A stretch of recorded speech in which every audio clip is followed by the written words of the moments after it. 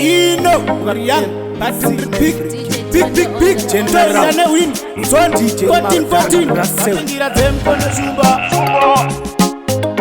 Kaka wanda zandotadza ini futi ndiri kumba. Saka nasi muchiona futi wondaimba. Zvinhu zvandakatadza iwe, vamwe futi zvichitowafadza. Vaitsada kuti ndidye sadza, but zvimangoma zvacho ndiri kuzihopo. Zvinhu zvandakatadza iwe, vamwe futi zvichitowafadza.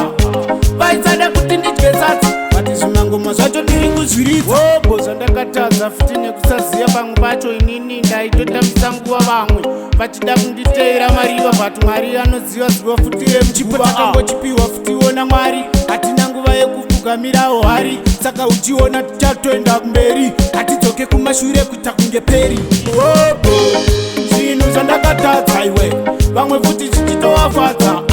Vaitsada kuti ndidye sadza, but zvimangoma zvacho ndiri kuzihopo. Zvinhu zvandakatadza iwe, vamwe futi zvichitowafadza. Vaitsada kuti ndidye sadza, but zvimangoma zvacho ndiri kuzviridza.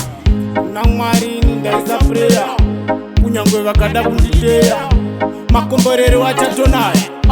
Mwari vanoziva zvandogaya, hapana chazipikisa nekuti Mwari baba vatongosimbisa.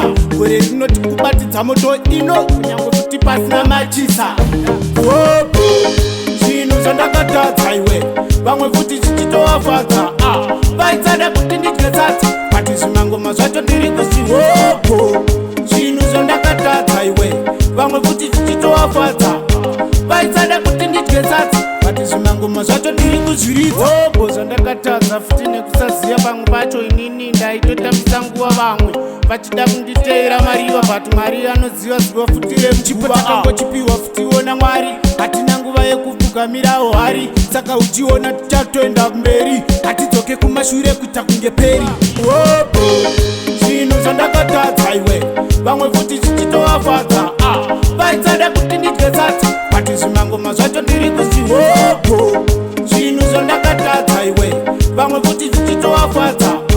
Vaitsada kuti ndidye sadza, but zvimangoma zvacho ndiri kuzviridza. Hopo zvandakatadza futi nekusaziya pamwe pacho inini ndaitotambisa nguva vamwe vachida kunditeera mariva, but Mwari anoziva ziva futi remuchipo takangochipiwa futi wona Mwari. Hatina nguva yekupfugamirawo hari, saka uchiona tichatoenda kumberi. Hatidzoke kumashure kuita kunge peri. Hopo zvinhu zvandakatadza iwe, vamwe futi zvichitowafadza.